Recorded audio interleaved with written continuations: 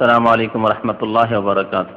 إن الحمد لله نحمده ونستعينه ونستغفره ونعوذ بالله من شرور أنفسنا ومن سيئات أعمالنا. من يهده الله فلا مضل له ومن يضلله فلا هادي له، وأشهد أن لا إله إلا الله وحده لا شريك له، وأشهد أن محمدا عبده ورسوله. يا أيها الذين آمنوا اتقوا الله حق تقاته ولا تموتن إلا وأنتم مسلمون. يا أيها الناس اتقوا ربكم الذي خلقكم من نفس واحدة وخلق منها زوجها وبث منهما رجالا كثيرا ونساء، واتقوا الله الذي تساءلون به والأرحام إن الله كان عليكم رقيبا. يا أيها الذين آمنوا اتقوا الله وقولوا قولا سديدا يصلح لكم أعمالكم ويغفر لكم ذنوبكم، ومن يطع الله ورسوله فقد فاز فوزا عظيما. أما بعد، فإن خير الحديث كتاب الله، وخير الهدي هدي محمد صلى الله عليه وسلم، وشر الأمور محدثاتها، وكل محدثة بدعة، وكل بدعة ضلالة، وكل ضلالة في النار. أعوذ بالله من الشيطان الرجيم. بسم الله الرحمن الرحيم. أقم الصلاة طرفي النهار وزلفا من الليل إن الحسنات يذهبن السيئات ذلك ذكرى للذاكرين। মহান আল্লাহর সমস্ত প্রশংসা, যে আল্লাহ আমাদেরকে সৃষ্টি করেছেন এবং আমাদেরকে একমাত্র তারই ইবাদত বন্দেগীর আদেশ দান করেছেন। সেই মহান আল্লাহর সমস্ত প্রশংসা, যিনি শিরককে হারাম করেছেন। দরুদ সালাম নাজিল হোক প্রিয় নবী মুহাম্মদ রাসূলুল্লাহ সাল্লাল্লাহু আলাইহি সাল্লামের উপর, যার অনুসরণকে মহান আল্লাহ ফরজ করেছেন। রাসূলুল্লাহ সাল্লাল্লাহু আলাইহি সাল্লাম আমাদেরকে কল্যাণের পথ সম্পর্কে জ্ঞান দান করেছেন। আমাদের মাঝে ছেড়ে গেছেন কোরআন এবং সুন্নাহ, আল্লাহর বাণী এবং প্রিয় নবী সাল্লাল্লাহু আলাইহি সাল্লামের বাণী, যার মাধ্যমে আমরা ভালো পথকে জানতে পারবো এবং সেই ভালো পথ মোতাবেক চলতে পারবো, ভালো পথের উপর চলতে পারবো। আর খারাপ কাজ থেকে সতর্ক করেছেন আল্লাহ রাব্বুল আলামিন এবং তাঁর রাসূল সাল্লাল্লাহু আলাইহি সাল্লাম। সুতরাং আমরা কোরআন এবং সুন্নাহ সম্পর্কে জ্ঞান রাখলে খারাপ পথ সম্পর্কে জ্ঞান হাসিল করতে পারবো এবং সেসব পথ থেকে আমরা বেঁচে থাকতে পারবো। পবিত্র মাহে রমজান ঘনিয়ে আসছে। আল্লাহ রাব্বুল আলামিন আমাদেরকে বড় সুযোগ দান করেছেন এই উম্মতে মুহাম্মাদিয়াকে আলা সাহিব আফজালুস সালাতি ওয়া আতাম্মুত তাসলিম, যে তাদের বয়স অল্প হলেও তাদেরকে আল্লাহ বিশেষ বিশেষ সময়, কাল, জামানা দান করেছেন, যেসব সময়ে অল্প কর্ম করলেও অসংখ্য নেকি হাসিল করা যায়, যার মাধ্যমে এই উম্মতের মানুষেরা, মুসলিমরা অন্য অন্য আগের যেসব উম্মতরা যথেষ্ট বয়স পেয়েছে, সেসব উম্মতের লোকেরা 500 বছর, 700 বছর, 1000 বছর, 1200 বছর এরকম তারা বেঁচে থাকলেও তাদের আগে এই উম্মতের লোকেরা জান্নাতে যেতে পারবে। যেমন কি নবী করিম সাল্লাল্লাহু আলাইহি সাল্লাম ইরশাদ করেছেন, নাহনুল আখিরুন আস-সাবিকুন ইয়াউমাল কিয়ামাহ। সহিহ বুখারী শরীফের হাদিস, যে আমরা সর্বশেষে এসেছি, যুগের দিক দিয়ে, কালের দিক দিয়ে আমরা সর্বশেষে এসেছি, শেষ নবীর উম্মত, শেষ জামানায় এসেছি। এই জামানার পরে কিয়ামত, আর কোন জাতি আসবে না, কোন নবীকে আল্লাহ পাঠাবেন না, কোন কিতাব নাযিল করবেন না, কোন নতুন দিন আসবে না। এই দিন হচ্ছে শেষ দিন, এই দিনের কিতাব হচ্ছে শেষ কিতাব, এই দিনের রাসূল হচ্ছেন শেষ রাসূল। নাহনুল আখিরুন, আমরা সর্বশেষে এসেছি। আস-সাবিকুন ইয়াউমাল কিয়ামা, কিন্তু কিয়ামতের দিনে আমরা সবার আগে থাকব, সবার আগে থাকব। অন্যান্য নূহ আলাইহিস সালামের জাতি, ইব্রাহিমের জাতি, মুসার জাতি, ঈসার জাতি, যারা সেই যুগে সত্য ধর্মকে মেনেছে, তারা তো জান্নাতি, কিন্তু তারা জান্নাতে গেলেও তাদের চাইতে অগ্রগামী থাকবো আমরা এই উম্মতের লোকেরা, এই উম্মতের ঈমানদার এবং সৎকর্মশীলরা। এই কথা সবসময় মনে রাখতে হবে, ঈমানদার এবং সৎকর্মশীলরা। কারণ ঈমান আর সৎকর্ম ছাড়া কোনো জাতির কোনো মূল্য নেই। মূল্য রয়েছে ঈমানের এবং তার সাথে সৎকর্মের। ঈমান এবং নেক আমল, আমাল সালেহ। মাহে রমজান সম্পর্কে আগামী সপ্তাহে আল্লাহ সহি সালামত রাখলে আলোচনা হবে। আরো 1 সপ্তাহ বা 2 সপ্তাহ আলোচনা, 1 সপ্তাহ কমপক্ষে রমজানের আগে সুযোগ রয়েছে। তবে আজকে আলোচনা করব নেকির পথ সম্পর্কে। এই নেকির পথগুলি যদি জানা থাকে তো অল্প কর্ম করে অল্প কথা বলে, অল্প আমল করে অসংখ্য নেকি হাসিল করা যায়। আর যদি এ সম্পর্কে জ্ঞান না থাকে তাহলে সেই পথ অজানা পথ, জানা নেই। জানা থাকলে তো আমলগুলি করতে, এই জন্য জানা জরুরি। সেই নেকির পথগুলি সম্পর্কে জ্ঞান হাসিল করা জরুরি। 2 নম্বর কথা, অনেকের জানা থাকলেও বেখিয়াল খানিকটা। অনেক ফজিলত সম্পর্কে বা দোয়া কালাম সম্পর্কে জানা আছে, কিন্তু আমরা গাফিল। অনেক সময় আমরা গাফিলতির জীবন যাপন করি। সেই জন্য উপদেশের প্রয়োজন রয়েছে, স্মরণ করানোর প্রয়োজন রয়েছে। মহান আল্লাহ রাব্বুল আলামিন এই জন্য কোরআনে কারীমে ইরশাদ করেছেন, ওয়াযাক্কির ফাইন্না যিকরা তানফাউল মুমিনিন। হে নবী, তুমি স্মরণ করিয়ে দাও মানুষকে, উপদেশ দান করো। যাক্কির মানে অনেকেই অর্থ করেছেন অনুবাদকরা উপদেশ দান করো, কেন জিকির মানে উপদেশও হয়, কিন্তু যাক্কিরের আসল আবিধানিক অর্থ হচ্ছে যে স্মরণ করিয়ে দাও। জিকির মানে স্মরণ, আর ওর বিপরীত হচ্ছে নিঃসান, ভুলিয়ে যাও। তো মানুষ অনেক সময় ভুলে থাকে। আপনি জানেন যে তওবা ইস্তেগফার করতে হয়, আপনি জানেন যে কলিমা তৌহিদে কলিমা উচ্চারণ করা যায়, বা অনেক তাসবিহ তাহলিল রয়েছে যেগুলি কত ফজিলত, সুবহানাল্লাহ, আলহামদুলিল্লাহ, আল্লাহু আকবার, কত ফজিলত, লা হাওলা ওয়ালা কুওয়াতা ইল্লা বিল্লাহ, কত ফজিলত জানেন, কিন্তু গাফিল রয়েছে। হয়তো মাস চলে যাচ্ছে, আপনি কোনোদিন এগুলি পাঠ করেন না। অনেকেই জানেন যে নবী করিম সাল্লাল্লাহু আলাইহি ওয়াসাল্লাম প্রতিদিন 100 বার করে আস্তাগফিরুল্লাহ ওয়া আতুবু আলাইহি পড়তেন, কমের পক্ষে 100 বার করে। কিন্তু যদি আপনি আপনাকে জিজ্ঞেস করেন, যে আপনি নিজের নফসকে, নিজের মনকে জিজ্ঞেস করেন যে হে আব্দুল্লাহ, তুমি দিনে কয়বার করে আস্তাগফিরুল্লাহ পড়ো, কতবার করে আস্তাগফিরুল্লাহ আপনি পড়েন, নিজেকে জিজ্ঞেস করেন দেখি। এর কারণ হচ্ছে গাফিলতি। মানুষের উপর গাফিলতি আসা স্বাভাবিক, এটি তার প্রকৃতি। মানুষের প্রকৃতি হচ্ছে কখনো গাফিল হবে, কখনো সজাগ হবে, সক্রিয় হবে। তো মানুষকে স্মরণ করিয়ে দেওয়ার কথা আল্লাহ বলেছেন, ওয়াযাক্কির, স্মরণ করিয়ে দাও।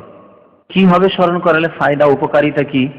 ফাইন্না যিকরা তানফাউল মুমিনিন, কারণ স্মরণ করিয়ে দিলে মুমিন ব্যক্তিদের কাজে আসবে, তারা উপকৃত হবে। তানফাউল মুমিনিন, মুমিনরা তার দ্বারা উপকৃত হতে পারে।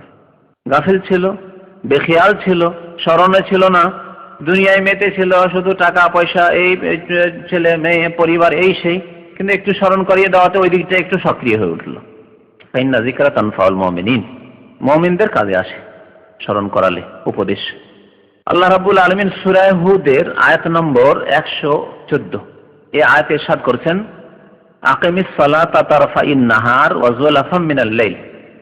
এখানে আল্লাহ রাসূল সাল্লাল্লাহু আলাইহি সাল্লামকে সম্বোধন করা হয়েছে। কোরআনের অনেক আয়াতে শুধু রাসূলুল্লাহ সাল্লাল্লাহু আলাইহি সাল্লামকে সম্বোধন করা হয়েছে, কিন্তু উদ্দেশ্য প্রত্যেক মুমিন মুসলিম। প্রথম সম্বোধন আল্লাহ রসুলকে, এবং আল্লাহ রসুলের মাধ্যমে আমাদের কাছে দিন যেহেতু পৌঁছেছে, কোরআন আমাদের কাছে পৌঁছেছে, হাদিস আমাদের পর্যন্ত পৌঁছেছে, আল্লাহ রাব্বুল আলামিন শরীয়তের বিধান আকাশ থেকে নাযিল করেছেন, ওহী নাযিল করেছেন নবী সাল্লাল্লাহু আলাইহি সাল্লামের প্রতি। সেজন্য নবীকে সম্বোধন করলেও সেটি আমাদেরকেও করতে হবে। আর কোন কোন ক্ষেত্রে আল্লাহ মুমিনদেরকে সম্বোধন করেছেন, অথবা বহু বচন দিয়ে, জামার সেগা দিয়ে সম্বোধন করেছেন। এখানে আল্লাহ শুধুমাত্র নবীকে সম্বোধন করলেও আমাদেরকে পরোক্ষভাবে সম্বোধন রয়েছে। আকিমিস সালাহ, নামাজ কায়েম করো, সালাত কায়েম করো। তারফাইন নাহার, সকাল বিকাল, দিনের 2 দিক, অর্থাৎ সকাল বিকাল। ওয়া যুলাফাম মিনাল লাইল, আর রাতের কিছু অংশে। এই 2টি কথাই 5 ওয়াক্ত নামাজের দিকে ইঙ্গিত করা হয়েছে। এর আগে 5 ওয়াক্ত নামাজ সম্পর্কে আলোচনায় আমি কোরআন কারীমের কয়েকটি আয়াত দিয়ে এই কথা প্রমাণ করেছি যে আল্লাহ রাব্বুল আলামিন কোরআনে 5 ওয়াক্তের কথা বলেছেন, কিন্তু 5 শব্দটি আল্লাহ রাব্বুল আলামিন উল্লেখ করেননি। তাফসীর কারগণ বলেছেন এই আয়াতগুলিতে 5 ওয়াক্তের উল্লেখ রয়েছে। যেমন তারাফাইন নাহার, এই আয়াতে দেখুন দিনের 2 দিকে, মানে সকাল বিকাল, ফজরের নামাজ, আর বিকাল বেলার দিকে হচ্ছে জোহর এবং আসর, জাওয়ালের পরে হচ্ছে, সুতরাং বিকালের দিকে চলে আসলে জোহর, আর তারপরে আপনার বিকেল বেলা আসর নামাজ। তো 3 ওয়াক্ত ফজর, জোহর, আসর চলে আসলো দিনের 2 বেলায়। আর রাতের কিছু অংশে নামাজ পড়ো, অর্থাৎ সূর্য অস্তমিত হওয়ার পরে মাগরিব, অর্থাৎ রাতের অংশে, আর এশার নামাজও রাতের, যুলাফাম মিনাল লাইল, রাতের অংশেও তোমরা নামাজ পড়ো। তাহলে 5 ওয়াক্ত নামাজের কথা আল্লাহ রাব্বুল আলামিন কোরআন এই আয়াতে ইরশাদ করেছেন, নবী সাল্লাল্লাহু আলাইহি সাল্লামের ব্যাখ্যা করেছেন। কারণ আল্লাহ রাব্বুল আলামিন তাকে এই জন্যই রাসূল করেছিলেন যে কোরআনের ব্যাখ্যা তিনি দান করবেন। ওয়া আনজালনা ইলাইকা যিকরা, আল্লাহ এখানে বলেছেন তোমার উপর জিকির নাযিল করেছি। ওয়া আনজালনা ইলাইকা যিকরা, হে নবী তোমার উপর আমি জিকির উপদেশ নাযিল করেছি, আল কোরআন নাযিল করেছি। কি জন্য? লিতুবাইয়িনা লিন-নাস মা নুজিলা ইলাইহিম, তাদের উদ্দেশ্যে যা নাজিল করা হয়েছে তা তুমি তাদের জন্য ব্যাখ্যা সহ বয়ান করে দেবে। নবী সাল্লাল্লাহু আলাইহি ওয়াসাল্লামের ডিউটি ছিল, মিশন ছিল কি, যে মানুষের কাছে আল্লাহর পক্ষ থেকে যা নাজিল হচ্ছে নবীর প্রতি তা মানুষের কাছে বর্ণনা করে দেওয়া বিস্তারিত।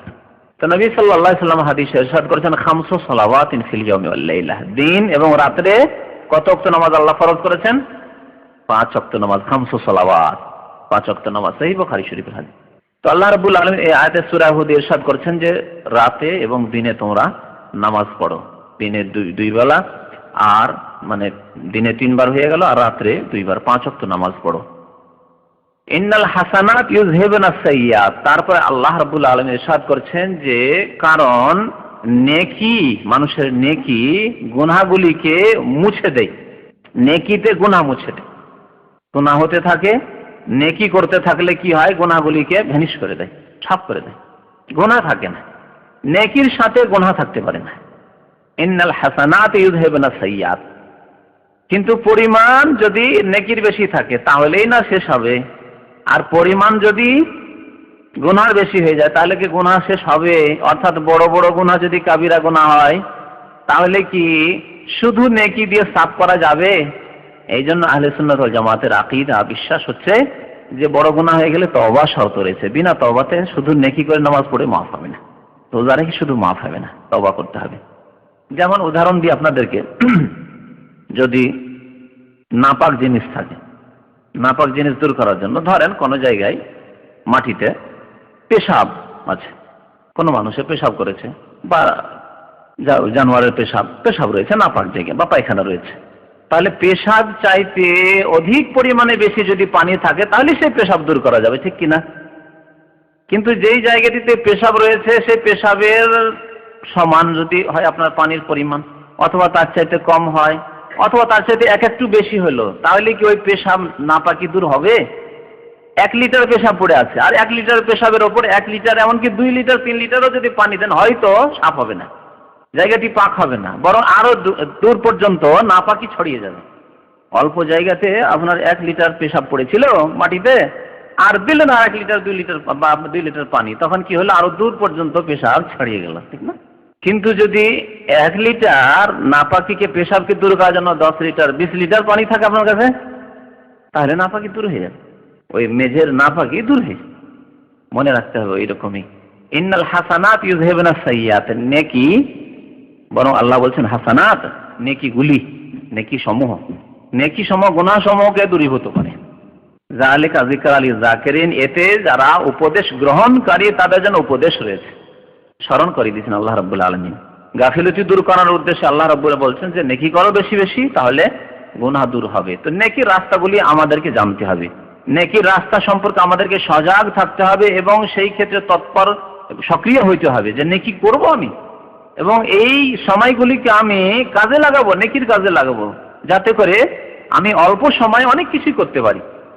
যেমন আপনি দুনিয়ার ক্ষেত্রে কত সজাগ, কত সক্রিয়। যদি 8 ঘন্টা ডিউটি থাকে, তারপরে কোম্পানির পক্ষ থেকে ওভারটাইমের সুযোগ থাকে, 12 ঘন্টাতে আরো 4 ঘন্টা করবেন, ফ্যাসিলিটি থাকলে করবেন না ওভারটাইম? করবেন।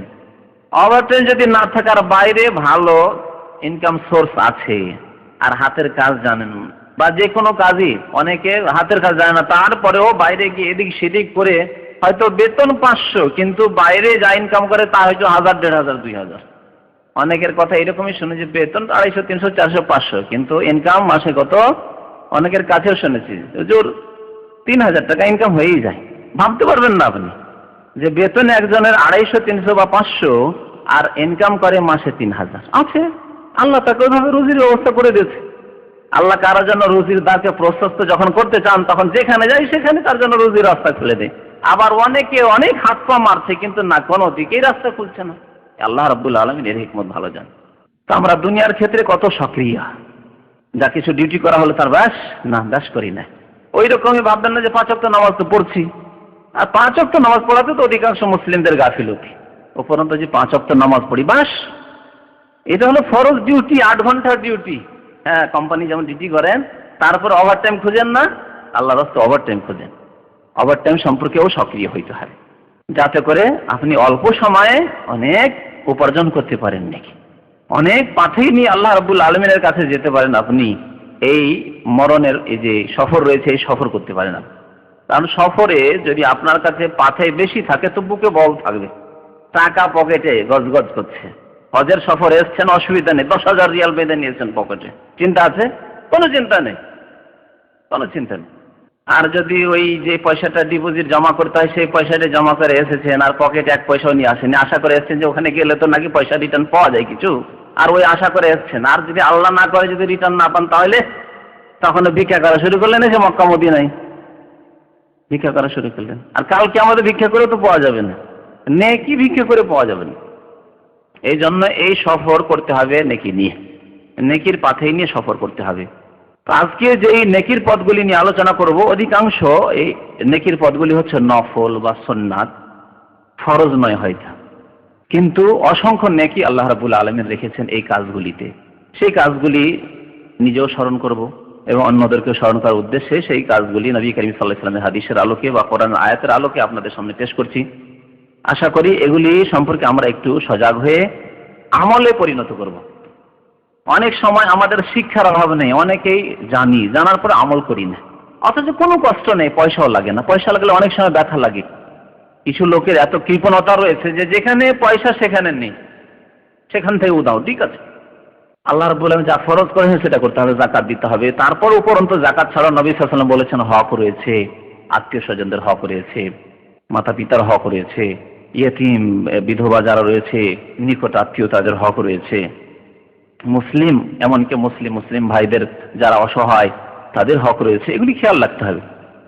তো অনেক সময় পয়সার ক্ষেত্রেও নয়, 1 পয়সা খরচ করতে হচ্ছে না, শুধু হয়তো আপনার জবানটাকে নড়াতে হবে অথবা হাত পাকে একটু হরকত দিতে হবে, নাড়াচাড়া করতে হবে, তাহলেই নেকি হাসিল হবে। সেই কাজগুলি আমরা করি না, না জেনে অথবা জানা সত্ত্বেও গাফিলতির কারণে। সুতরাং আমরা এই কাজগুলিকে স্মরণ রেখে এখন থেকে শুরু করব। আর বিশেষ করে মোবারক মাস, সেই মাসে অসংখ্য আল্লাহ রাব্বুল আলামিনের রহমত নাজিল হয়, অসংখ্য বরকত নাজিল হয়, অসংখ্য মাগফিরাত মার্জনা নাজিল হয় আল্লাহর পক্ষ থেকে। সুতরাং এই সময়গুলিকে আমরা কাজে লাগাবো। প্রথম কাজ, যে কাজটি উল্লেখ করব, সেটি হচ্ছে যে মাঝে মাঝে হারমাইন শরীফের জিয়ারত করা, অর্থাৎ মক্কা মদিনার সফর করা। মক্কা মদিনার উদ্দেশ্যে সফর করা। মক্কার সফর করবেন আপনি কাবা শরীফে আল্লাহর ঘরে বাইতুল্লাহ নামাজ পড়ার উদ্দেশ্যে, আর ওমরা করার উদ্দেশ্যে, বাইতুল্লাহর তওয়াফ করার উদ্দেশ্যে, এগুলি হচ্ছে উদ্দেশ্য। আর হজের মৌসুম হলে হজের উদ্দেশ্যে। নবী করিম সাল্লাল্লাহু আলাইহি ওয়াসাল্লামের মসজিদ মদিনা মুনাওয়ারায় যখন আপনি সফর করবেন, তখন আপনার উদ্দেশ্য হবে, আসল উদ্দেশ্য যেটি শরীয়ত সম্মত হাদিস সম্মত, সেটি হচ্ছে যে রাসূলুল্লাহ সাল্লাল্লাহু আলাইহি ওয়াসাল্লামের নিজ হাতে তৈরিকৃত মসজিদে, যেখানে নামাজ পড়ার বড় ফজিলত রয়েছে, 1000 গুণের ফজিলত রয়েছে, সেই মসজিদে আমি সালাত আদায় করব, নামাজ পড়ব বেশি বেশি। এই উদ্দেশ্য বিদাতি উদ্দেশ্য থাকবে না যে কবরের উদ্দেশ্যে আমি সফর করছি, রওজা শরীফের জিয়ারতের উদ্দেশ্যে সফর করছি না, এটি হচ্ছে বিদাতি উদ্দেশ্য। তার হারামাইন শরীফাইন অর্থাৎ মক্কা এবং মদিনার জিয়ারত, সেখানে পৌঁছা এবং সেখানে ইবাদত বন্দেগী করা, যে ইবাদতগুলির কথা বললাম, এগুলি হচ্ছে বড় ফজিলতের কাজ, সওয়াবের কাজ। আর যারা যেসব ভাইরা সৌদি আরব বিশেষ করে এই দামাম এলাকায় আছেন, মাশাআল্লাহ 70-80 টাকা খরচ হয়, মক্কাও যেতে পারেন, মদিনাও যেতে পারেন, কত সুবিধা। পক্ষান্তরে চিন্তা করুন, যদি বাংলাদেশ থেকে আসতে হয়, ভারত থেকে আসতে হয়, তো আপনার কমপক্ষে কত টাকা লাগবে? 30-40 হাজার টাকা তো লাগবে কমপক্ষে একটা উমরায় আসলে। হিসাব করে দেখুন তো, কোথায় 40,000 30,000, কোথায় আপনার মাত্র 80 টাকা 100 টাকা, 100 রিয়াল মাত্র। সুতরাং ছুটি পেলে যদি আপনি আপনার যেখানে কর্মস্থান রয়েছে সেখান থেকে ছুটি পান, 3 মাস 4 মাস 6 মাস পর পর মাঝে মাঝে হারমান শরীফান যাওয়া বড়ই সওয়াবের কাজ। নবী করিম সাল্লাল্লাহু আলাইহি ওয়াসাল্লামের হাদিস রয়েছে, সালাতুন ফি মসজিদি হাযা আফযালু মিন আলফি সালাহ। আমার এই মসজিদে নামাজ পড়া অন্যান্য মসজিদে নামাজ পড়ার তুলনায় 1000 গুণ ফজিলত রাখে। 1000 রাকাত নামাজ পড়েন দামামে বসে বসে, 1000 রাকাত নফল পড়েন। অনেক বিদাতি ভাইরা শয়ে বরাতে 100 রাকাত নফল পড়লো, আর কত যে টেলিফোনের উপর টেলিফোন, অনেকে জানার জন্য শবে বরাত কোন দিন, কারণ বাংলাদেশে ধুমধাম টেলিভিশনে শুনছে শবে বরাত অন্য দিনে, আর এখানে তো আগে ভাগেই জানতে হবে, না হলে গোলমাল হয়ে গেলে মুশকিল। একদিন আগে থেকেই টেলিফোন যোগাযোগ করে জানার চেষ্টা করছে কোন দিনে শবে বরাত, যাতে করে এই বিদাতি নফল পড়ে। অথচ এই বিদাতি কাজ করে কোনো সওয়াব পাবেন না। গত সপ্তাহে আলোচনা করেছি সাবান সম্পর্কে। তো কথা হচ্ছে যে এই নফল তো নেই, আর যদি এমনিও শরীয়ত সম্মতই নফল, মানে যখন সময় হলো তখনই নফল পড়লেন, সকালে বিকালে রাত্রে যে কোনো সময় আপনি নফল পড়লেন, তাহাজ্জুদ পড়লেন, এখানে বসে বা সারা পৃথিবীর যে কোনো জায়গায় বসে 1000 রাকাত নফল পড়েন, আর মসজিদ নববীতে 1 রাকাত, তাই না? মসজিদ নববীতে 2 রাকাত, 1 রাকাতের কোনো নামাজ নেই ভিতর ছাড়া, তো 2 রাকাত নামাজ মসজিদে, আর এখানে কত লাগবে তাহলে পড়তে হবে আপনাকে? 2000 কি ফজিলত। সুতরাং এই পয়সা তো আপনার সাথে থাকবে না, কিন্তু এই পয়সাটা যদি আল্লাহ রাস্তায় ব্যয় করে দিয়ে এই উমরা, এই হজ, এই মাঝে মাঝে গিয়ে মসজিদ নববীতে নামাজ পড়া, মাঝে মাঝে গিয়ে মক্কা মুকাররমে নামাজ পড়া বড় ফজিলতের কাজ। তারপরে নবী সাল্লাল্লাহু আলাইহি ওয়াসাল্লাম মসজিদ হারাম সম্পর্কে কি বলেছেন? সালাতুন ফিল মসজিদিল হারাম আফজালু মিন মিআতি আলফি সালাহ কিমা সিওয়াহু মিনাল মাসাজিদ। মসজিদে হারামে নামাজ পড়ার গুণ কত ফজিলত? মিআতু আলফ মানে 1 লক্ষ, 100,000, 1 লক্ষ গুণ ফজিলত। তার মানে 2 লক্ষ রাকাত নামাজ পড়েন আপনি অন্য জায়গায়, আর মক্কা মুকাররমে গিয়ে মাত্র 2 রাকাত নামাজ পড়েন। একদিন ফজর নামাজ পড়লেন আপনি সেখানে, আল্লাহু আকবার, মাত্র ফজর নামাজটা পেলেন হয়তো আপনি মক্কা মুকাররমে গিয়ে বাইতুল্লাহিল হারামে, আর আপনি এখানে 2 লক্ষ রাকাত নামাজ পড়তে থাকেন, সমান।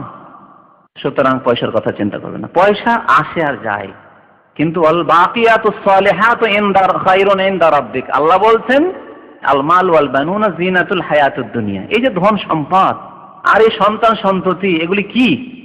জিনাতুল হায়াতুদ দুনিয়া, এ পার্থিব জীবনের অলংকার, সাজ। এগুলি ছেলে মেয়ে সামনে দৌড়াদৌড়ি করছে, ছোটাছুটি করছে, তাদেরকে নিয়ে বসে আছেন, খেলা করছেন, ভালো লাগছে দেখতে। যার বাড়িতে নেই সে স্বামী স্ত্রী একা, একটা ছেলে নেই মেয়ে নেই, কিছু নেই, কিন্তু ছেলে মেয়ে আছে, কত ভালো লাগছে আপনাকে। জিনত, এগুলি অলংকার, পৃথিবীর সাজ। আর ধন সম্পদ, হ্যাঁ ভালো বাড়ি, দেখতে ভালো লাগছে, ডেকোরিং করা রয়েছে, দেখতে ভালো লাগছে, বাড়ির গেট বানানো হয়েছে সুন্দর করে, ভালো লাগছে, দরজা সুন্দর হয়েছে, ভালো লাগছে, কাঁচা বাড়ি না, ইত্যাদি ইত্যাদি, শহরের বাড়ি ভালো লাগছে। এগুলি কি? পৃথিবীর অলংকার, সাজ সজ্জা মাত্র, কিচ্ছু না। তারপরে মরে গেলে খালি হাতে চলে যেতে হবে, আপনার সাথে কিছুই থাকবে না। ওয়াল বাকিয়াতুস সালিহাত, আর অবশিষ্ট সৎ আমল, যেগুলি তোমার সাথে চিরকাল বাকি থাকবে, অবশিষ্ট থাকবে তোমার হাতে, এগুলি অবশিষ্ট থাকবে না, গেল হাত ছাড়া হয়ে গেল, মরতে মরতে হাত ছাড়া হয়ে গেল তোমার। আর সালিহাত নেক আমলগুলি, সৎ আমলগুলি তোমার সাথে বাকি থাকবে। খায়রুন ইনদা রাব্বিকা, তোমার রবের নিকট সেগুলি হচ্ছে তোমার জন্য কল্যাণকর, এগুলি হচ্ছে তোমার জন্য মঙ্গলজনক। তো খায়রুন আমালা, আর আল্লাহর কাছে বড় আকাঙ্ক্ষার দিক দিয়ে, আশার দিক দিয়ে তোমার জন্য অত্যন্ত কল্যাণকর। তুমি আশা করবে আল্লাহ যাতে করে জান্নাত পেয়ে যাই আমি, তুমি আশা করবে আল্লাহ কবর আযাব থেকে যেন আমি নাজাত পেয়ে যাই, তুমি আশা করবে আল্লাহ যাতে হাউজে কাউসারের পানি পান করতে পারে। এখানে কি কাজ দিবে? ওই সালিহাত নেক আমলই কাজ দেবে। একটা নেকির রাস্তা হচ্ছে মসজিদে কোবায় নামাজ পড়া। মসজিদে কোবা কোথায়? হ্যাঁ, মদিনায়। মদিনায় মসজিদে কোবা, মসজিদে নববীর পরে মসজিদে কোবায় শুধু ইবাদতের ফজিলত রয়েছে, তাছাড়া আর কোনো মসজিদের কোনো ফজিলত নেই। অনেকে গিয়ে কিবলাতেন মসজিদে নামাজ পড়ে, দেখার জন্য, কোনোদিন দেখেননি, দেখার জন্য যান যে কিবলাতেন, যেখানে কিবলার পরিবর্তন ঘটেছিল 16-17 মাস পর মদিনা আসার পর, দেখলেন দৃশ্য, কিন্তু সেখানে নামাজ পড়ার উদ্দেশ্যে যাবেন, মসজিদে নববী ছেড়ে দিয়ে সময় নষ্ট, সময় অপচয় করতে, না, কোনো ফায়দা নেই। বরং যদি মনে করেন যে কিবলাতে নামাজ পড়া সব, তো বিদআত। এইরকমই ওই খন্দকের এলাকাতে ওই 7টি মসজিদ তৈরি করা হয়েছে, এখন মনে হয় আরো কমিয়ে 5টি করে দিয়েছে, আরো কমে গেছে নাকি এখন শুনছি। আমরা যখন মদিনা পড়াশোনা করতাম 5টি ছিল। তো এই মাসাজিদে সাবা বলে, মানে 7টি মসজিদ, ছোট ছোট মসজিদ বানিয়ে রেখেছে তুর্কি আমলে, ওই বিদাতি মসজিদ। এক একটা মসজিদে 5 জন 7 জন হয়তো নামাজ পড়া যাবে না, এরকম করে, আর লাইন লাগিয়ে আছে লোকেরা নামাজ পড়ার জন্য, নারী পুরুষ। ওই সব জায়গায় নামাজ পড়া একেতে বিদআত। বিদআত মানে গুনার কাজ, আর কোনো ফজিলতের স্থান নাই। সেই সব জায়গায় যুদ্ধ হয়েছিল, কিন্তু আপনাকে নামাজ পড়তে বলা হয়েছে। সাহাবায়ে কেরাম, তাবেঈনরা যুদ্ধ শেষ হয়ে যাওয়ার পরে কোনোদিন সেখানে নামাজ পড়ার জন্য গিয়েছিলেন ইবাদত বন্দী করার জন্য? না। সুতরাং এগুলি বিদআত। এসব কাজে সময় নষ্ট না করে আর গুনাহ না করে আল্লাহর রাস্তায় মসজিদে নববীতে বসে যদি নামাজ পড়েন, কোরআন তেলাওয়াত করেন, অথবা মসজিদে কুবা যদি যান দিনে একাধিকবার যান পারলে, তাহলে ফজিলত রয়েছে। তো মদিনায় গিয়ে নেকি হাসিল করার জন্য দ্বিতীয় স্থান হচ্ছে মসজিদে কুবা, বাস। আর জিয়ারতের জন্য ওহদ রয়েছে, সেগুলি জিয়ারত, কিন্তু আর নামাজ পড়ার কোনো তৃতীয় স্থান নেই। মসজিদে নববী, তারপরে মসজিদে কুবা। মসজিদে কুবায় নামাজ পড়লে কি ফজিলত রয়েছে? একটি হাদিসে রয়েছে নবী করিম সাল্লাল্লাহু আলাইহি ওয়াসাল্লাম প্রত্যেক শনিবারে পায়ে হেঁটে মসজিদ যেতেন, মসজিদে কুবা যেতেন। মসজিদে কুবা পায়ে হেঁটে প্রায় 4 কিলোমিটার মতো। আমরা হেঁটে গিয়েছি ছাত্র থাকাকালীন, সেখানে হেঁটে যেতাম প্রায় 25 মিনিট, 20 থেকে 25 মিনিট যত দ্রুত বেগে যান লাগবে। তো পায়ে হেঁটে যাওয়া নবী সাল্লাল্লাহু আলাইহি ওয়াসাল্লামের সুন্নাত যদি কারো পক্ষে সম্ভব হয়, আর না হলে অসুবিধা নেই। আর উযু করে বাড়ি থেকে উযু করে যাওয়াও সুন্নাত। নবী সাল্লাল্লাহু আলাইহি ওয়াসাল্লাম বলেছেন যে মান তাতাহহারা ফি বাইতিহি, যে ব্যক্তি নিজের বাড়িতে কি করলো, তাহারাত হাসিল করলো, মানে উযু করেন বাড়িতে। বাড়ি আপনার নেই, সেখানে বাসা আছে, হোটেল আছে, যেখান থেকে বেরোচ্ছেন মসজিদে নবীর উযুখানাতে, সেখান থেকে উযু করে বেরোন, তারপরে গাড়িতে চাপেন। তো মাতা মসজিদা কুবা, অতঃপর মসজিদে কুবায় আসলো।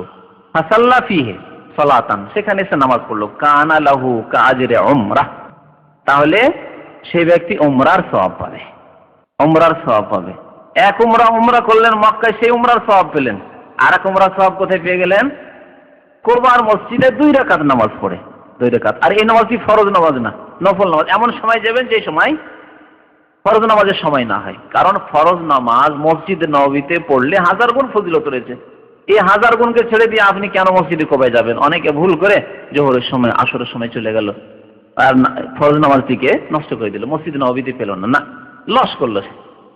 এই লস করবেন না, কারণ মসজিদে কুবাতে যে ফজিলত রয়েছে উমরার ফজিলত 2 রাকাত নামাজ, এটি নফল পড়া। সুতরাং এমন সময় যান সকাল 9টা 10টা ফজর নামাজের পর থেকে জোহরের আগ পর্যন্ত ফিরে চলে আসতে পারবেন আপনি। এরকম সময়গুলিতে যান, গিয়ে সেখানে নফল 2 রাকাত নামাজ পড়ে দোয়া করতে হলে আল্লাহর কাছে দোয়া করেন, তারপরে চলে আসেন, উমরার সওয়াব পাওয়া যাবে। তাহলে 2 উমরা এক সফরে 2 উমরার সওয়াব হয়ে যাচ্ছে সওয়াবের দিক দিয়ে।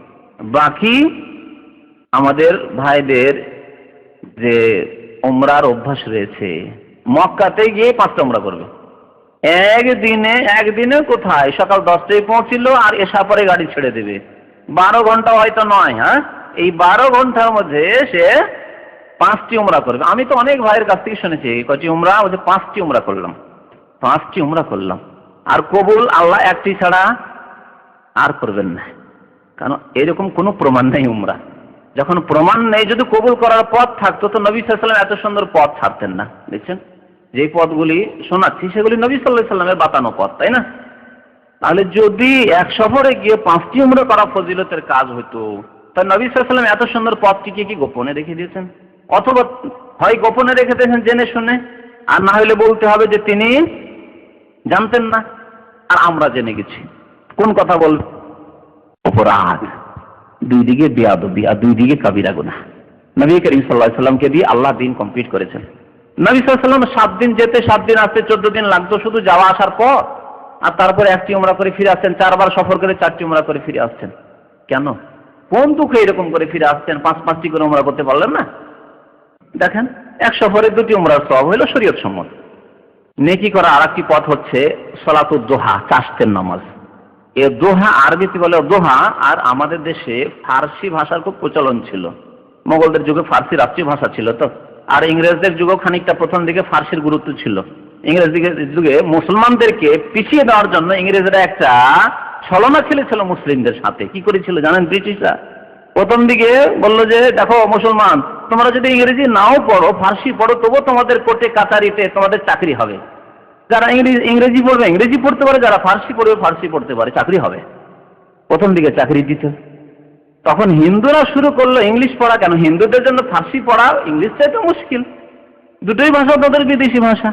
তখন থেকে মুসলমানরা, যেহেতু আমাদের একদিন আলেমরা ইংরেজি পড়া হারাম হারাম হারাম ফতোয়া দিল, বলছে এ তো হচ্ছে খ্রিস্টানদের ভাষা, পড়বে না। এই ফতোয়া দেওয়াতে বড়ই ক্ষতি হলো। মুসলমানরা ইংরেজি পড়লো না। তখন দেখলো যে চাকরি যখন পেয়ে যাচ্ছি, রুজি রুটির ব্যবস্থা হয়ে যাচ্ছে ফার্সি পড়ে, আর ফার্সিতে ইসলামিক তত্ত্ব অনেক আছে, ফার্সিটা ইসলামের কাছাকাছি ভাষা, মুসলিমদের ভাষা, সুতরাং ফার্সি পড়ি না কেন? চাকরি তো পেয়ে যাচ্ছে, ফার্সি পড়লো চাকরি আর ইংলিশ পড়লো চাকরি। মুসলমানরা ফার্সি পড়া শুরু করলো। হঠাৎ করে ইংরেজরা মুসলমানদেরকে পিছিয়ে দেওয়ার জন্য আর হিন্দুদেরকে বাড়িয়ে দেওয়ার জন্য করলো কি? আইন ঘোষণা করলো যে আজকে থেকে আর চাকরি হবে না ফার্সি পড়ে। মুসলমান আর নেই চাকরি করার মতো, অযোগ্য সব, যেহেতু ইংলিশ জানেন।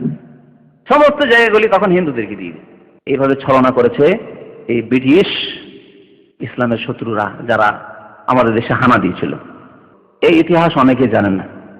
মুসলমানদের সাথে, এই করেই মুসলমানদেরকে পিছিয়ে দেওয়া হয়েছে ভারত উপমহাদেশে। তো কি বলছিলাম, এই চাষের নামাজ, চাষ শব্দটি হচ্ছে ফার্সি শব্দ, দোহার অর্থ চাষ। যেমন নামাজ সালাতের অর্থ করেছে, রোজা সিয়ামের অর্থ করেছে এক শ্রেণীর মুসলিমরা। তো ওই রকমই চাষ, ওই দোহার সময়টিকে, দোহা মানে সকালবেলা যখন রোদ্রে একটু তাপ চলে আসে, মোটামুটি 8টা থেকে 10টা, 10:30, 11টা জাওয়ালের আগ পর্যন্ত, এই সময়টি হচ্ছে দোহা। আমাদের সাধারণত নাস্তার সময় 7:30, 8টা, 9টা, 10টা, 10:30 পর্যন্ত, এই সময়কে আরবিতে দোহা বলে, আর এই সময়টিকে ফার্সিতে চাস্ত বলে। তো চাস্তের নামাজ বলে প্রসিদ্ধ আমাদের দেশে। এই চাস্তের নামাজ বা দোহার নামাজের বড় ফজিলত রয়েছে। নবী করিম সাল্লাল্লাহু আলাইহি সাল্লাম পড়েছেন 2 রাকাত, 4 রাকাত, 6 রাকাত, 8 রাকাত, কমের পক্ষে 2 রাকাত বা 4, 6, 8 পড়েন।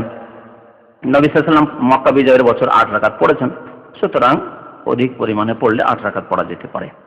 নবী সাল্লাল্লাহু আলাইহি সাল্লাম বলেছেন এই জন্য সময় সলাতুল আওয়াবিন হিনা তারমিজুল ফিসাল, এই আওয়াবিনের নামাজ অর্থাৎ এই দোহার নামাজ। আমাদের সবার আওয়াবিন পড়ার আলাদা তরিকা আছে। আমাদের দেশের মহিলারা আওয়াবিন পড়ে কখন, কি বলতে পারেন? মাগরিবের পরে আওয়াবিন পড়ে। নবী সাল্লাল্লাহু আলাইহি ওয়াসাল্লাম কি বলছেন? সলাতুল আওয়াবিন, আওয়াবিনদের নামাজ হচ্ছে হিনা তারমিজুল ফিসাল, যখন উটের বাচ্চার পায়ে তাপ লাগে, পায়ে যখন বালিতে বা মরুভূমিতে চলাফেরা করলে পা যখন গরম হয়ে উঠে, কখন এটা? মাগরিব পরে? মাগরিব পরে না সকালবেলা? রাত্রে ঠান্ডা ছিল, সকালবেলা প্রায় 8টা, 9টা, 10টার দিকে তখন গরম লাগতে, বালিতে পা দিলেই গরম লাগতে শুরু হবে। উটের বাচ্চাকে যখন গরম লাগে পায়ে, সেই সময় তখন সলাতুল আওয়াবিন। তাহলে মাগরিব পরে সলাতুল আওয়াবিন পড়া সুন্নাত না বিদআত বলুন তো দেখি, চিন্তা করুন। নবী সাল্লাল্লাহু আলাইহি সাল্লামের হাদিস, মুসলিম শরীফের হাদিস, সলাতুল আওয়াবিন হিনা তারমিজুল ফিসাল। তো সৎ আমলগুলি জানার সাথে সাথে বিদআতগুলিকেও জানেন, যাতে করে বিদআতটা ছাড়তে পারেন। মাগরিব পরে বিদআত পড়া ছাড়ে। তিরমিজিতে যে একটি হাদিস আছে 20 রাকাত পড়া, ওতে আওয়াবিন শব্দটি নেই, কিন্তু ওই হাদিসটি যায়িফ। ওইটার নাম দিয়েছে আমাদের দেশের মানুষের আওয়াবিন পড়া, হাদিস যায়িফ। তারপরে 4 নম্বরের নেকির পথ হচ্ছে বেশি বেশি তওবা এবং ইস্তিগফার করা। তওবা ইস্তিগফার, মেহনত লাগে না, পরিশ্রম লাগে না, পয়সা লাগে না, তারপরে অধিকাংশ মানুষ তওবা ইস্তিগফার পড়ে না। আর তওবা ইস্তিগফারের ক্ষেত্রে আরবিতে পড়েন, ভালো কথা, না হলে নিজের ভাষাতেও বলতে পারেন, আল্লাহ তুমি মাফ করো। ক্ষণিক পরপর, কিছুক্ষণ পরপর আপনি আল্লাহ তুমি মাফ করে দাও, অসুবিধা না। আপনার তওবা ইস্তিগফার হলো আস্তাগফিরুল্লাহ মানে আল্লাহ তুমি মাফ করে দাও, আস্তাগফিরুল্লাহ মানে আল্লাহ তোমার কাছে মার্জনা কামনা করছি, আল্লাহ তুমি ক্ষমা করো। আপনি নিজের ভাষায় বললেও তওবা হলো, ইস্তিগফার হলো, আর আরবিতে বললেও ইস্তিগফার হলো। নবী করিম সাল্লাল্লাহু আলাইহি সাল্লাম তবে বেশিরভাগ এইভাবে বলতেন, আস্তাগফিরুল্লাহ ওয়া আতুবু ইলাইহি, আল্লাহর কাছে মার্জনা কামনা করছি এবং তার দিকেই প্রত্যাবর্তন করছি, বা তার কাছে তওবা করছি, তার দরবারে তওবা করছি। আর আরেকটি তওবার দোয়া নবী সাল্লাল্লাহু আলাইহি সাল্লাম বেশি বেশি পড়তেন, সেটি হচ্ছে আস্তাগফিরুল্লাহাল্লাযী লা ইলাহা ইল্লা হুয়াল হাইয়ুল কাইয়্যুম ওয়া আতুবু ইলাইহি।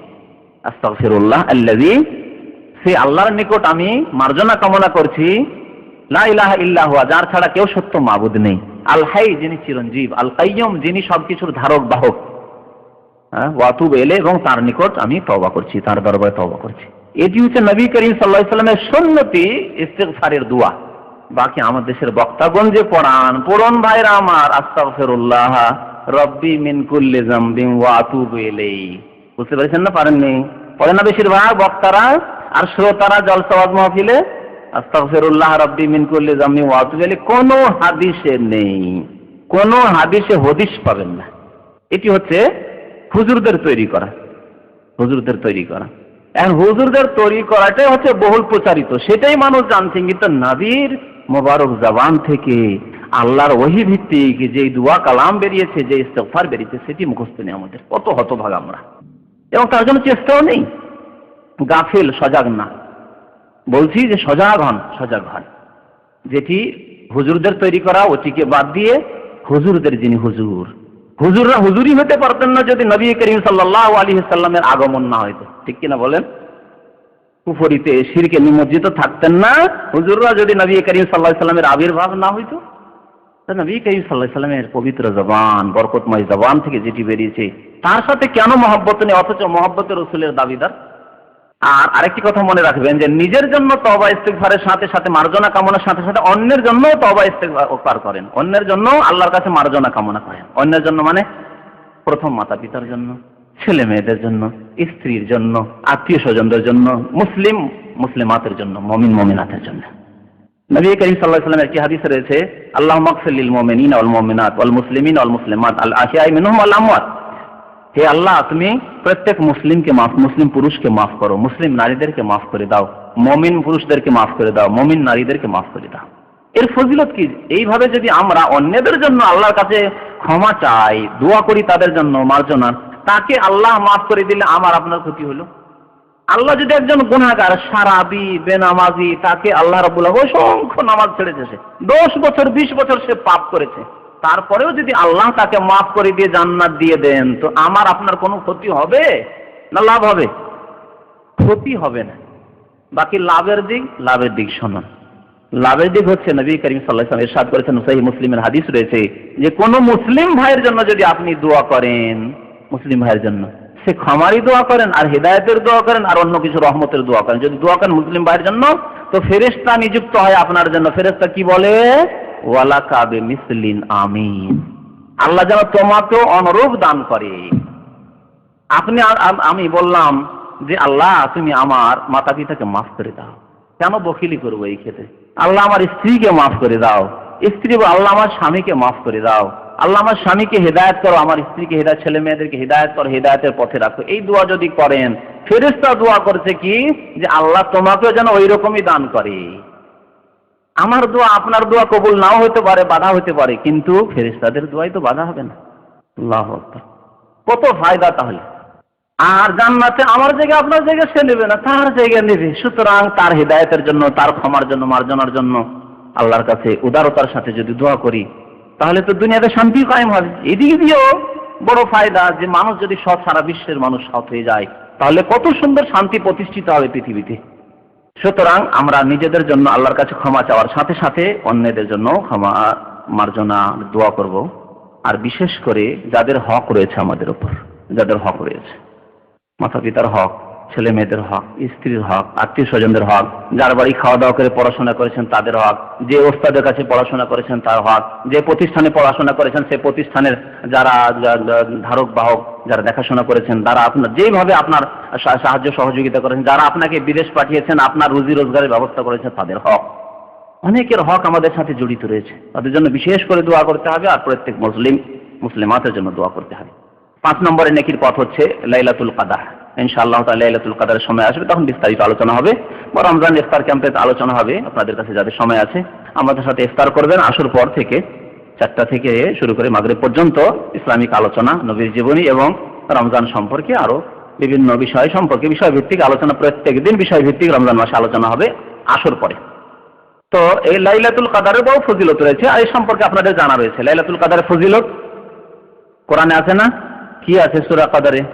লাইলাতুল কদরে খায়রুম মিন আলফি শাহর, 1000 মাস অপেক্ষা উত্তম। আর 1000 মাস মানে 83 বছর 4 মাস। তাহলে 83 বছর 4 মাস চাইতেও উত্তম হচ্ছে একটি রাত, মাত্র একটি রাত ইবাদত করে 83 বছর 4 মাসের চাইতেও বেশি ফজিলত পেলেন। তাহলে 10টি শবে কদর পেলে আগের উম্মতের লোকেরা যদি 1000 বছরও সময় পায়, তাদের চাইতে আমরা আগে বেড়ে যাব ইনশাআল্লাহ তাআলা। এই সুযোগ আল্লাহ রাব্বুল আলামিন এই উম্মতের লোকদেরকে দিয়েছেন। তাসবিহ করার ক্ষেত্রে তাসবিহর অনেক দোয়া রয়েছে, সুবহানাল্লাহ, এও তাসবিহ। কিন্তু এছাড়াও সুবহানাল্লাহি ওয়া বিহামদিহি সুবহানাল্লাহিল আযীম, বুখারী শরীফের শেষ হাদিস।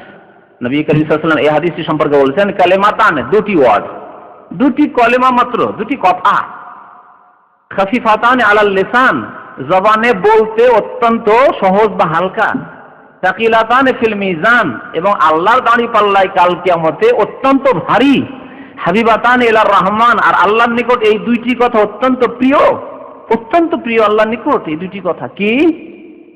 সুবহানাল্লাহি ওয়া বিহামদিহি একটি, আর দ্বিতীয় হচ্ছে সুবহানাল্লাহিল আযীম। দেখেন, রাস্তাঘাটে যেখানে সেখানে চলাফেরায় কাজকর্ম চলছে, আর আপনার জবান যদি চলতে থাকে, একটু সজাগ হন, গাড়ি চালাচ্ছেন, অসুবিধা আছে সুবহানাল্লাহি ওয়া বিহামদিহি সুবহানাল্লাহিল আযীম বলতে, কোনো অসুবিধা নেই। বরং আপনার মন মানসিকতা আরো ঠিক থাকবে, অন্য মনস্ক হবেন না। আপনার কাজ, যে গাড়ি চালাচ্ছেন, আরো সজাগ থাকবেন, কারণ অন্য মনস্ক নন আপনি।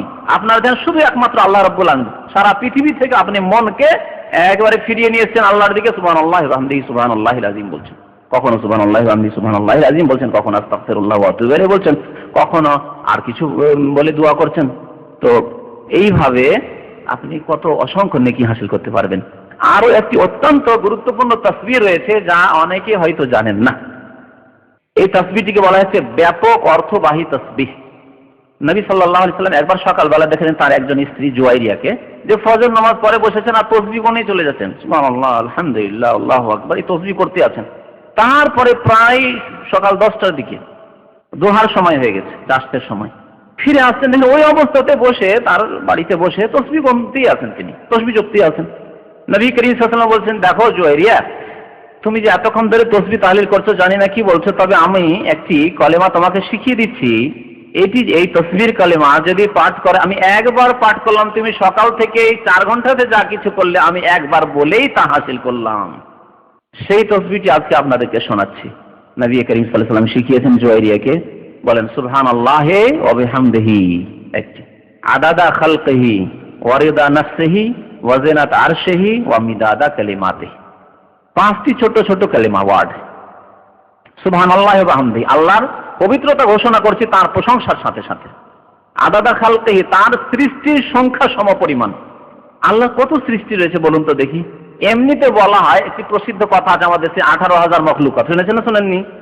18,000 মখলুকাত। মখলুকাত মানে এক একটি সৃষ্টি, মানে মানুষ একটি মখলুক, জিন একটি মখলুক, বিড়াল একটি মখলুক, গরু ছাগল একটি মখলুক, তাই না? তো এইভাবে যদি 18,000 হয়, তার চাইতে অনেক বেশি হতে পারে, কোনো সহি প্রমাণ নেই। অসংখ্য মখলুকাত আল্লাহ রয়েছে। সুখাতে স্থলে যদি এত মখলুকাত আল্লাহর সৃষ্টি দেখি, তাহলে পানির তলায় যে কত আল্লাহ অসংখ্য মখলুকাত রয়েছে আল্লাহ রাব্বুল আলামিন ভালো জানেন।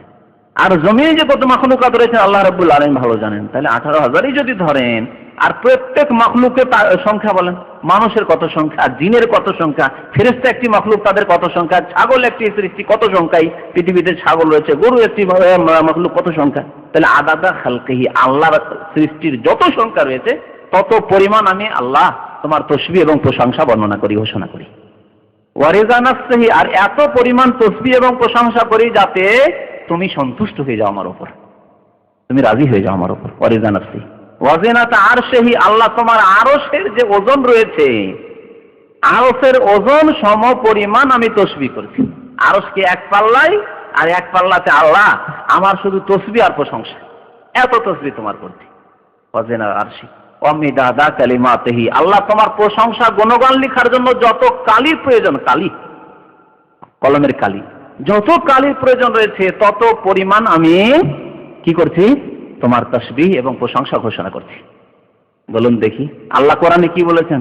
যে 7 সমুদ্রকে যদি কালি বানিয়ে দেওয়া হয়, আর পৃথিবীর সবকিছুকে, যত লকড়ি খড়ি রয়েছে সবকে যদি কলম বানিয়ে দেওয়া হয়, তাহলে আল্লাহ রাব্বুল আলামিনের প্রশংসা কালিমাত লিখে শেষ হবে না। সবগুলি সমপরিমাণ আমি তাসবিহ করছি। কয়েকটি কথাতে এত তাসবিহ আপনার হয়ে গেল, তাহলে অল্প সময়ে 1 মিনিটে কতবার বলতে পারবেন আপনি নিজে পরীক্ষা করে দেখবেন। নিজে একবার বসে যাবেন, ঘড়ি দেখে সুবহানাল্লাহি ওয়া বিহামদিহি আদাদা খালকিহি ওয়া রিদা নাফসিহি ওয়া জিনাত আরশিহি ওয়া মিদাদা কালিমাতিহি। দেখেন 1 মিনিটে কতবার বলতে পারেন, কত নেকি আপনি অর্জন করতে পারলেন, তাহলে কত পাথে আপনি সাথে নিয়ে যেতে পারবেন ইনশাআল্লাহ তাআলা আল্লাহর রহমতে।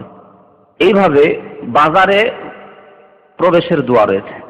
বাজার ভালো জায়গা না খারাপ জায়গা? খারাপ জায়গা। নবী সাল্লাল্লাহু আলাইহি ওয়াসাল্লামের একটি হাদিস রয়েছে, আহাব্বুল বিলাদি ইলাল্লাহি মাসাজিদুহা, আল্লাহর নিকট সবচাইতে প্রিয় শহর হচ্ছে কি? মসজিদ। প্রিয় জায়গা, প্রিয় স্থান, প্রিয় শহর হচ্ছে মসজিদ। মসজিদে গেলে তোমরা আহার করো। নবী সাল্লাল্লাহু আলাইহি ওয়াসাল্লামের একটি হাদিস রয়েছে যে তোমরা যখন মসজিদে যাবে আহার করো। আহার হচ্ছে আল্লাহর জিকির, আজকার, নামাজ পড়া, ইবাদত, বন্দেগী, কোরআন তেলাওয়াত, এগুলো হচ্ছে মসজিদে গিয়ে আহার।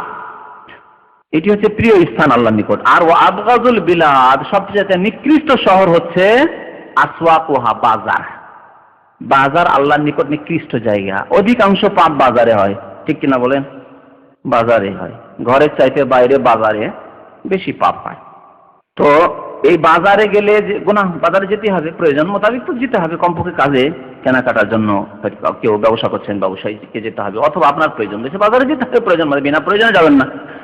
কিন্তু বাজারে গেলে যদি এই দোয়া পড়েন তাহলে ওই যে গুনাহ হবে, গুনার কাফারা হয়ে গেল আপনার। তার চেয়ে অনেক বেশি আপনি ইন্নাল হাসানাত ইউযহিবুন আস-সাইয়্যাত, নেকি গুনাহকে মুছে সাফ করে দেয়।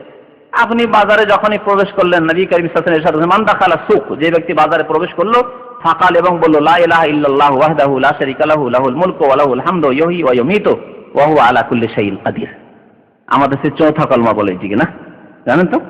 5টি কলমা শিখা আমাদের। এই যে 5টি কলমা না পড়লে মুসলমান হয় না, এই যে ধারণাটি, এটি একটি ভ্রান্ত ধারণা। কোন হাদিসে এই 5 কলমা নেই। এগুলিও হুজুরদের তৈরি করা, মানুষের সুবিধার্থে কায়দার সাথে সাথে বাগদাদির সাথে সাথে তার শেষ দিকে লাগিয়ে দিয়েছে। কথা হচ্ছে যে এক আল্লাহর প্রতি বিশ্বাস করতে হবে, রাসূলের প্রতি বিশ্বাস করতে হবে। লা ইলাহা ইল্লাল্লাহ মুহাম্মাদুর রাসূলুল্লাহ প্রথম কালিমায় রয়েছে, এরই শাহাদাত রয়েছে দ্বিতীয় কালিমাতে, আশহাদু আল্লা ইলাহা ইল্লাল্লাহ ওয়া আশহাদু আন্না মুহাম্মাদান আবদুহু ওয়া রাসূলুহু। আর চতুর্থ কালিমা যেটিকে বলি, এটি হচ্ছে এই বাজারে প্রবেশের দোয়া। নবী সাল্লাল্লাহু আলাইহি সাল্লাম বলছেন, এই দোয়া যদি কেউ পড়ে তাহলে কি হবে? কাতাবাল্লাহু লাহু আলফা আলফা হাসান। হাজারকে হাজার দিয়ে গুণ দেন, কত হবে? 10 লক্ষ না? 10 লক্ষ। ও মাহা, তাহলে 10 লক্ষ নেকি হলো। ও মাহা আনহু আলফা আলফা সাইয়্যা, আর 10 লক্ষ গুনাহ মাফ হবে। ও রাফা আলাহু আলফা আলফা দারাজা, আর 10 লক্ষ দরজা মর্যাদা উঁচু করবেন আল্লাহ রাব্বুল আলামিন। হাদিসটি ওয়া বানা লাহু বাইতান ফিল জান্নাহ, আর একটি ফজিলত হচ্ছে যে তার জন্য জান্নাতে আল্লাহ স্পেশাল ঘর তৈরি করবেন। মুসনাদে আহমদে রয়েছে, তিরমিজিতে রয়েছে, ইবনে মাজাতে রয়েছে, হাকিমে রয়েছে। আব্দুল্লাহ বিন উমর সাহাবী রাদিয়াল্লাহু তাআলা আনহু হাদিস বর্ণনা করেছেন। তো বাজারে যাওয়ার এই দোয়া অনেকেই আমরা পড়ি না, বরং অধিকাংশ মানুষ যারা ধার্মিক দিনদার তারাও খেয়াল রাখেন। বাড়ি থেকে বেরোনোর কোনো কষ্ট নেই, গাড়িতে বসতে বসতে আপনার পড়া শেষ, বা গাড়ি থেকে নামতে নামতে বাজারে ঢুকতে ঢুকতে আপনার মানুষের সাথে কথা বলতে বলতে তার আগে পড়া শেষ হয়ে গেল। 1 মিনিটও লাগলো না, পড়া হয়ে গেল লা ইলাহা ইল্লাল্লাহু ওয়াহদাহু লা শারীকা লাহু লাহুল মুলকু ওয়া লাহুল হামদু ইউহয়ী ওয়া আলা কুল্লি শাইইন কাদির। বাস। তারপরে বাজারে আপনি দুনিয়া করেন, কিন্তু হারাম কাজ করবেন না, মিথ্যা কথা বলবেন না, ধোঁকা দেবেন না। আর একটি ফজিলতের কাজ, নেকির কাজ হচ্ছে রমজান মাসে উমরা করা। রমজান মাস সামনে, রমজান মাসে উমরা করেন। কি ফজিলত রয়েছে? রমজান মাসে উমরা করলে কি হবে বলেন? নবী করিম সাল্লাল্লাহু আলাইহি সাল্লামের সাথে 1 হজের সওয়াব পাওয়া যাবে। নবী সাল্লাল্লাহু আলাইহি সাল্লামের সাথে 1 হজের সওয়াব পাওয়া যাবে। নবী করিম সাল্লাল্লাহু আলাইহি সাল্লাম বলছেন, উম্মে সিনান নামে এক মহিলা সাহাবিয়া, তাকে বলছেন, ফাইজা জা রমাদান, যখন রমজান আসবে, ফাতামিরি, তখন তুমি উমরা করিও। ফাইন্না উমরাতান ফিহে, কারণ রমজান মাসে উমরা করা তাদেলু হাজ্জাতান, হজের সমান। আর আরেকটি হাদিসে রয়েছে, হাজ্জাতান মাই, আমার সাথে হজ করার সমান। রমজান মাসে উমরা করলে আমার সাথে হজ করার সমান নেকি পাওয়া যাবে। হাদিস কোথায়? বুখারী মুসলিমে রয়েছে, সহিহ হাদিস। নেকির রাস্তা হচ্ছে জুমার দিনের যে ইসলামিক আদব কায়দা রয়েছে, সেই আদব কায়দা খেয়াল রাখা। অধিকাংশ মানুষ আমরা জুমার দিনে নামাজ পড়তে আসি, এত বিলম্ব করে আসি যে খুতবার লেজ খানো পেলাম না। অনেক সময় খুতবার লেজ না পেয়ে ওই নামাজের লেজ পায়, দৌড় দিয়ে কোন রকম গিরে না গিয়ে কি করলো, নামাজটা ধরলো। তারপরও এদিক সেদিক ও অনেক সময় ইমামের সামনের দিকে দাঁড়িয়ে গেল, অনেক সময় ওই মসজিদ থেকে অনেক দূরে বিচ্ছিন্ন কাতারে কোথাও দাঁড়িয়ে গেল, যেখানে পেলো সেখানে দাঁড়িয়ে গিয়ে নামাজ সেরে দেয়। ঠিক আছে, ইসলামিক আদব কায়দা যে রয়েছে জুমার দিনে হাজির হওয়ার বা জুমার নামাজ পড়ার, সেগুলি যদি খেয়াল রাখা যায় তো তার বড় স্বভাব রয়েছে। নবী করিম সাল্লাল্লাহু আলাইহি ওয়াসাল্লাম একটি হাদিস রয়েছে, মান গাসসালা, জুমার দিনে যে সুন্দর করে গোসল করলো, ওয়াক্তাসালা, গোসল করলো, সুন্দর করে গোসল করলো, ভালো করে গোসল করলো, তাহলে জুমার দিনে পরিষ্কার পরিচ্ছন্ন হয়ে সাবান দিয়ে পরিষ্কার পরিচ্ছন্ন হয়ে গোসল করেন। গোসল করার পরে আতর সুগন্ধি লাগান। সুম্মা বাক্কারা ওয়াবতাকারা, এবং সকাল সকাল মসজিদের দিকে টান দিল, মসজিদে উপস্থিত হয়ে একবার সকাল সকাল যত তাড়াতাড়ি সম্ভব আগে ভাগে পৌঁছার চেষ্টা করলো। ও মাসা, এবং পায়ে হেঁটে আসলো। যদি পায়ে হাঁটার ডিস্টেন্স থাকে তাহলে গাড়িতে 10 মিনিটে যদি পৌঁছা যায় মসজিদ, বা বিশেষ করে শীতের দিন হয়, কষ্ট নেই, তাহলে গাড়িতে চাপার কি প্রয়োজন? পায়ে হেঁটে আসেন। নবী সাল্লাল্লাহু আলাইহি ওয়াসাল্লাম মাসা, পায়ে হেঁটে আসলো। তবে যদি গাড়িতে আসে, দূরের রাস্তা হয়, তো গাড়িতে আসতে পারে। ও দানা মিনাল ইমাম, এবং ইমামের নিকটবর্তী হওয়ার চেষ্টা করলো। অনেকে আগে ভাগেই আসেন, কিন্তু মসজিদের পেছন দিকে যেত, যে হেলানা দেবেন, আমাদের অনেক ভাইরা হেলানা দিয়ে আসেন না। অনেকে আবার কি করেন, এখানে আসে, আগে এসেছেন কিন্তু ওখানে সাহেব বসে আছেন। এইরকমটা না, মসজিদে আসলেন আগে ইমামের কাছাকাছি আসার চেষ্টা করুন, পিছনে থাকার চেষ্টা করবেন না। খাস্তামা, তারপরে খুতবা শ্রবণ করলো। খুতবা শুনতে হয়, খুতবা বুঝেন না বুঝেন, খুতবা শুনতে হয়। এই জন্যই খুতবা নিজের ভাষায় হতে হবে। যেই দেশে অধিকাংশ মানুষ যেই ভাষাভাষী থাকে, সেই দেশের ভাষায় খুতবা হইতে হবে। এইটি হচ্ছে যুক্তিযুক্ত। কারণ নবী সাল্লাল্লাহু আলাইহি ওয়াসাল্লাম খুতবা শোনো, তাহলে না বুঝলে শুনে ফায়দা কি বলেন দেখি? কি কোরআনের আয়াত তেলাওয়াত হচ্ছে যে এক একটি অক্ষরে 10 নেকি? আল্লাহ রাসূল বলেছেন কোরআনের আয়াতে এক একটি অক্ষরে 10 নেকি, কিন্তু খুতবাতে খতিব সাহেব বলছেন ইয়া আইয়ুহান নাস, কতটি অক্ষর হয়ে গেল? অনেকটি অক্ষর, তাই শুনলে কি 10 নেকি নাকি? তাহলে খুতবা কেন শুনতে বলা হলো? যাতে করে খুতবা শুনে আপনার ঈমান তাজা হয়, কি বললেন তিনি আল্লাহ এবং রসুলের কথা শুনে নিজের ইমানকে সুন্দর করেন, আমলকে সুন্দর করেন, দিন সম্পর্কে জ্ঞান হাসিল করেন। তাহলে খুতবা সেই ভাষাই হইতে হবে যেই ভাষাভাষীর সংখ্যা বেশি। বাংলার জমিনে বাংলা ভাষায় খুতবা হইতে হবে, এটি হচ্ছে সুন্নত মোতাবেক। যেখানে উর্দুর জমিনে রয়েছে উর্দু ভাষায় খুতবা হইতে হবে, কেরালার জমিনে কেরালা ভাষায় হইতে হবে, ইংলিশ দেশে ইংরেজি ভাষায় খুতবা হইতে হবে। প্রথমখানে সুন্নতি খুতবা পড়বে, শেষে দুরুদ হবে, প্রথম দিকে দুরুদ হবে, শেষে দুরুদের সাথে সাথে মুমিন মুমিনাতের জন্য দোয়া করবে, মুসলিমদের জন্য দোয়া করবে, এইভাবে খুতবা শেষ করবে। কিন্তু খুতবা হইতে হবে সে দেশের শ্রোতাদের ভাষায়। এই জন্য নবী সাল্লাল্লাহু আলাইহি ওয়াসাল্লাম বলছেন যে কি করলো, খুতবা শুনলো। ওয়ালাম ইয়ালগো, এবং অর্থহীন কথাবার্তা বললো না বা আলফাল কাজ করলো না। অর্থহীন কথা বলা মানে খুতবার সময় কথা বলা হারাম। এমনকি নিষেধ করাও নিষিদ্ধ। নিষেধ করবে অথবা কোনো আদেশ করবে সে খতিব সাহেব করবেন, আপোষে কোনো কথা বলা যাবে না, ভালো কাজের উপদেশের কথাও বলা যাবে না খুতবা চলাকালীন। মসজিদে এসে গল্প করা যাবে না। আজকাল অনেকে দূর দূরান্ত থেকে মসজিদে নামাজ, বিশেষ করে এই বাজারের মসজিদগুলিতে নামাজ পড়তে আসেন, আর বন্ধুর সাথে আগে অ্যাপয়েন্টমেন্ট হয়েছে যে ভাই তুমি তো আসবে ওই 90 আবতিক রোড থেকে, আর আমি আসবো ওই আওজাম থেকে বা কাতির থেকে, আর দেখা হবে তো এখানে গল্পটা সেরে নিতে হবে, যেহেতু জুমার পর সময় পাওয়া যাবে না, তো মসজিদে বসে গল্প গুজব সারে। এগুলি করলে হবে না। ওয়ালাম ইয়ালগু, লাগো কাজ করলো না, অর্থহীন কাজ করলো না, উদ্দেশ্যবিহীন কাজ করলো না, ফালতু কাজ করলো না, দিনের কাজ ছাড়া, নেকির কাজ ছাড়া। তাহলে কি হবে, কান আলাহু বিকুল্লি খুতওয়াতিন আমালু সানাতিন আজরু সিয়ামিহা ওয়া কিয়ামিহা। তাহলে প্রত্যেক কদমে কদমে, পায়ে হেঁটে আসলেন, প্রত্যেক কদমে কদমে, গাড়িতে চেপে আসেন, তাহলে প্রত্যেক গাড়ির চাকায় একবার চাকা ঘুরলে ধরে নিতে হবে, তাহলে তাতেও আল্লাহ সওয়াব দেবেন ইনশাআল্লাহ তাআলা ওইভাবে। তো প্রত্যেক কদম কদমে কি নাকি পাওয়া যাবে, জুমার মসজিদে এইভাবে ইসলামিক আদব কায়দাকে খেয়াল রেখে আসলে আজরু সিয়ামিহা ওয়া কিয়ামিহা, সানা, 1 বছরের রোজার নেকি, সিয়ামের নেকি, 1 বছরের তাহাজ্জুদের নেকি। সানা আমালু সানাতিন আজরু সিয়ামিহা ওয়া কিয়ামিহা, এক কদমে 1 বছরের কি রোজা, এক কদমে 1 বছরের তাহাজ্জুদ। এই সওয়াব রয়েছে নবী করিম সাল্লাল্লাহু আলাইহি ওয়াসাল্লামের হাদিস, মুসনাদ আহমদের হাদিস, আবু দাউদের হাদিস, তিরমিজির হাদিস, নাসাইর হাদিস, ইবনে খুজাইমার হাদিস, ইবনে মাজার হাদিস। ইমাম আলবানী রাহমাতুল্লাহ আলাইহি মুহাদ্দিস, তিনি এই হাদিসটিকে সহিহ বলেছেন, হাদিস সহিহ। সুতরাং জমা মসজিদে এসে গল্প করবেন না, মসজিদে আসতে বিলম্ব করবেন না।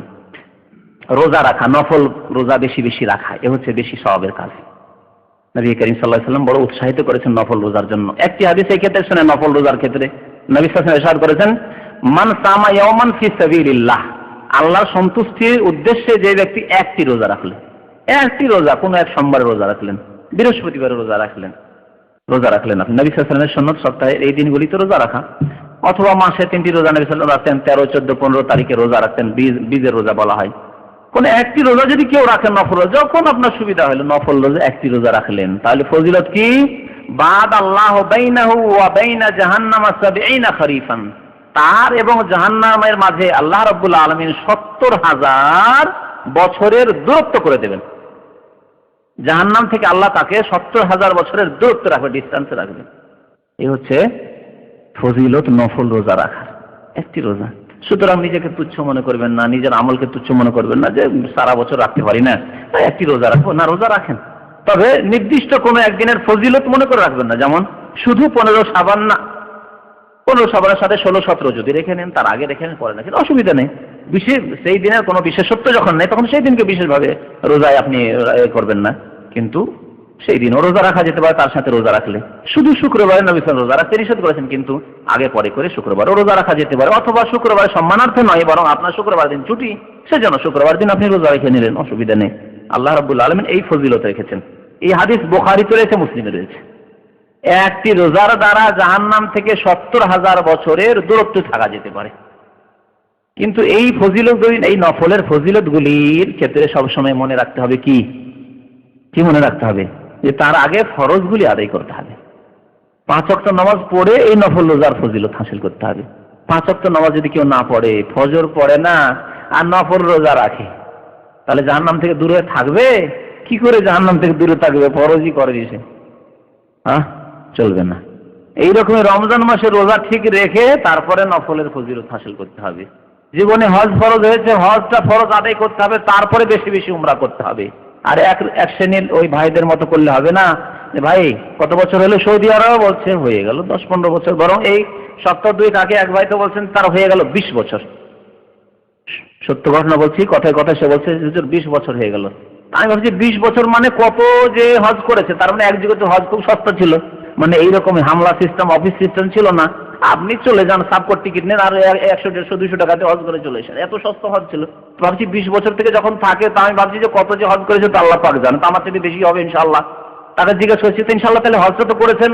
বলছে না হুজুর, বড় হজ করিনি, ছোট হজ করেছি। ছোট হজ করেছে, 20 বছর হয়ে গেল, কত টাকা যে ইনকাম করলো আল্লাহ পাকই জানে, দুনিয়া করলো, কিন্তু তার এখনো তৌফিক হয়নি তার ফরজ হজ আদায় করার। আল্লাহ হিদায়াত করে। জ্ঞানের অভাব এবং জ্ঞান থাকলে সক্রিয় হওয়ার অভাব। হয় জ্ঞান নেই যে ফরজের কত গুরুত্ব। প্রথম বছর যে বছরে এসছেন আর ঋণ মুক্ত হয়ে গেছেন, কাঁধে ঋণ চেপে নেই, হয়তো ঋণ আছে কিন্তু এত চেপে নেই, পরে দিয়ে অসুবিধা নেই তুমি হজ করো, এরকম ঋণ না, এইরকম ঋণ রেখে হজ করা যাবে। জি, প্রথম বছরই তাকে হজ করা উচিত ছিল। 20 বছর হয়ে যাচ্ছে হজ করেনি। বলছে হুজুর হজ করিনি, তবে ছোট উমরা করেছি 2-4টা। কথা হলো, আপনার এই উমরা দিয়ে কি কাজ হবে যদি আপনার ফরজই ঠিক না থাকে? আল্লাহ না করে যদি দেশে চলে যান বা মরে যান, কি অবস্থা হবে আপনার? কোনোদিনই মাফ পাবেন না আল্লাহর কাছে এই ফরজ থেকে। নবী সাল্লাল্লাহু আলাইহি ওয়াসাল্লাম কি বলেছেন? ফালিয়ামুত ইহুদিয়ান ওয়া নাসরানিয়া, সে ইহুদি হোক অথবা খ্রিস্টান হয়ে মরুক। যে ব্যক্তি হজ করার সামর্থ্য পেল, শক্তি হলো, তারপরে হজ করলো না, সেই ব্যক্তি ইহুদি হয়ে মরুক অথবা খ্রিস্টান হয়ে মরুক।